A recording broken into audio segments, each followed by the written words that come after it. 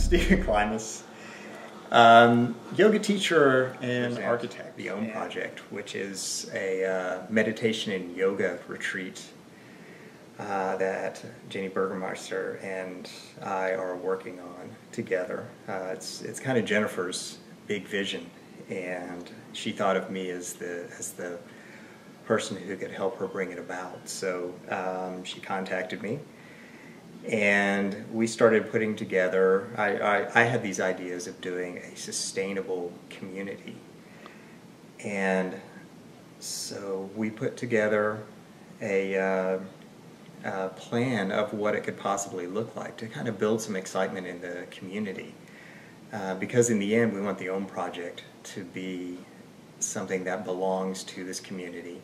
It's a non-profit corporation, not-for-profit corporation, and right now we're in the early stages of being able to figure out how to acquire the tenets of yoga and to provide a place where people can go for silent meditation retreats, can do yoga retreats,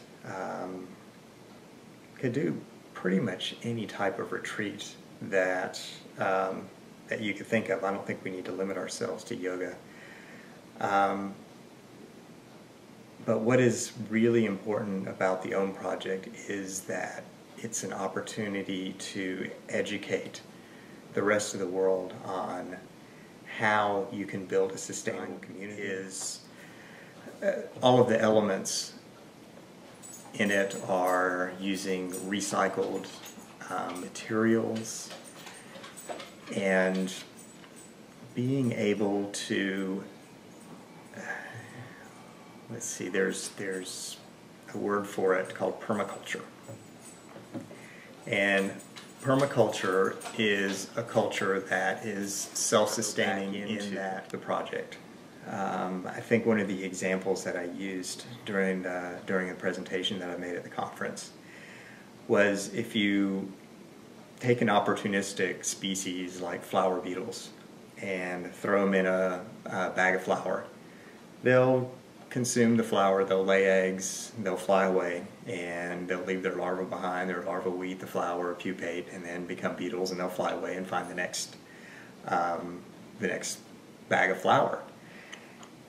But if you cover up that bag of flour and don't allow the beetles to escape, then they have no choice but to stay there. They keep reproducing, and eventually the flour is fouled to where even the beetles can't eat it. So it's called a phase 1 ecosystem, where the beetles or the organisms basically destroy their environment to the point where it's uninhabitable. And guess what? Planet Earth is a lot like that.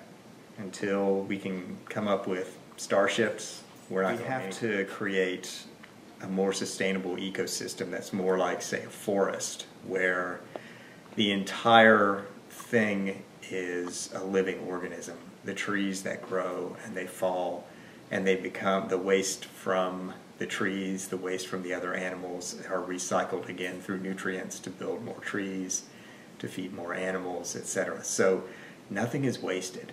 Everything that